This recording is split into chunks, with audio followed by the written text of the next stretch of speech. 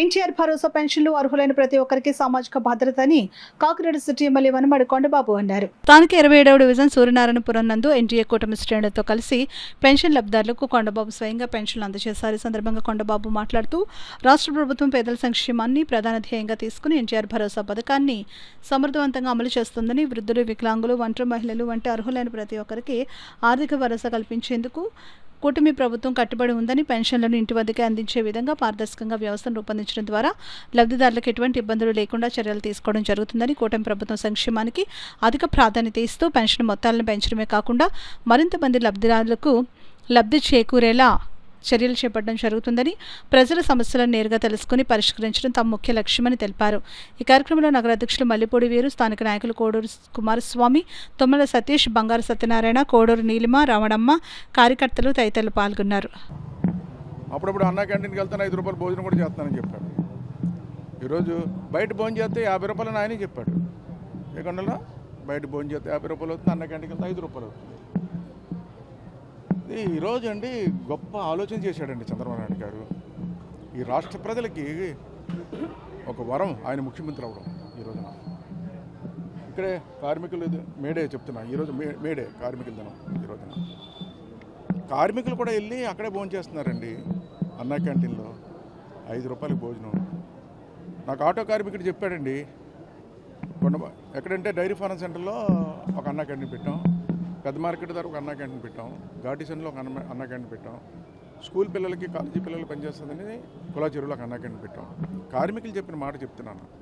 ఒక అమ్మ చెప్పింది మీటింగ్లో, కొండబాబు గారు ఈ డైరీ ఫార్మ్ సెంటర్లో అన్నా క్యాంటీన్ పెట్టడం వల్ల అండి నేను సుఖంగా పడుకుంటున్నానండి అంది.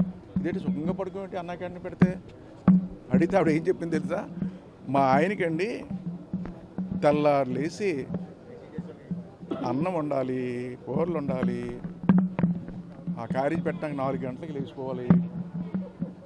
ఈరోజండి అన్నా క్యాంటీన్ పెట్టిన తర్వాత అండి హ్యాపీగా పడుకుంటున్నాను, పిల్లల్ని లేచిన తర్వాత స్కూల్కి పంపించుకుంటున్నాను, అన్నం వండాలి, కూర వండాలని గొడవ లేదు, శుభ్రంగా పడుకుంటున్నాను.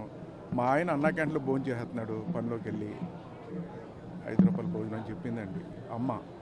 అలాగే ఆటో కార్మికుడు కూడా చెప్పాడు, ఇక్కడి నుంచి ఆటో వేసుకుని వెళ్తే బేరాలు వేసుకుంటూ తిరుగుతూ ఉంటాడు, మళ్ళీ మధ్యాహ్నం భోజనం ఇంటికి రావాలంటే ఆటో రావాలి, ఇక్కడికి వచ్చిన తర్వాత ఆ డీజిల్ ఖర్చు అవుద్ది, మళ్ళీ అటు ఇటు. ఎక్కడన్నా క్యాంటీన్ ఉంటే అక్కడ భోజనం చేస్తున్నానండి, ఈరోజు ఇంటికి కూడా వెళ్ళలేదు, ఇంకా బేరాలు ఎక్స్ట్రా వేసుకుంటున్నాను, నేను తిరుగుతున్నానని ఆయన చెప్పాడు. ఈరోజు ఒక అన్నా క్యాంటీన్ ఎంత ఉపయోగపడుతుందండి. అది పెన్షన్. ఈ పెన్షన్ వల్ల అండి చనిపోతానన్న వాళ్ళు కూడా బతుకున్నారండి. ఈ రోజున ధైర్యం వచ్చింది, వాళ్ళు ఒక ధైర్యం నింపాడండి చంద్రబాబు నాయుడు 4,000 రూపాయలు ఇచ్చి. అదే గతంలో 2,000 పెన్షన్ అయితే బతకడం చాలా కష్టమైపోయాను. కొండల్లో ఇంటి 1,500, 300 కరెంటు బిల్లు, ఇంకా 200 మిగులుతుంది. ఇవాళ 400తో, ఈ రోజున 4,000తో ఈరోజు జీవితాన్ని నిలదొక్కున్నానని ధైర్యం ఉంది. అందుకే 1వ తారీఖు వస్తే వీళ్ళకి పండగ అండి. ఈరోజు 1వ తారీఖు వస్తే ఈ రాష్ట్రంలో పండగని అందుకే అని కూడా సందర్భంగా తెలియజేస్తున్నా.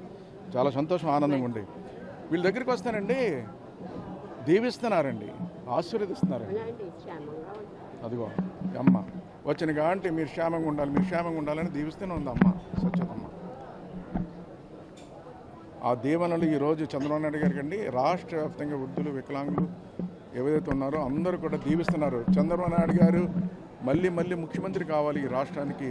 అందుకే 5 సంవత్సరాలు కాదు బాబా ఆయన పరిపాలన, 15 సంవత్సరాలు ఉండాలని దీవిస్తున్నారని కూడా సందర్భంగా తెలియజేస్తున్నారు.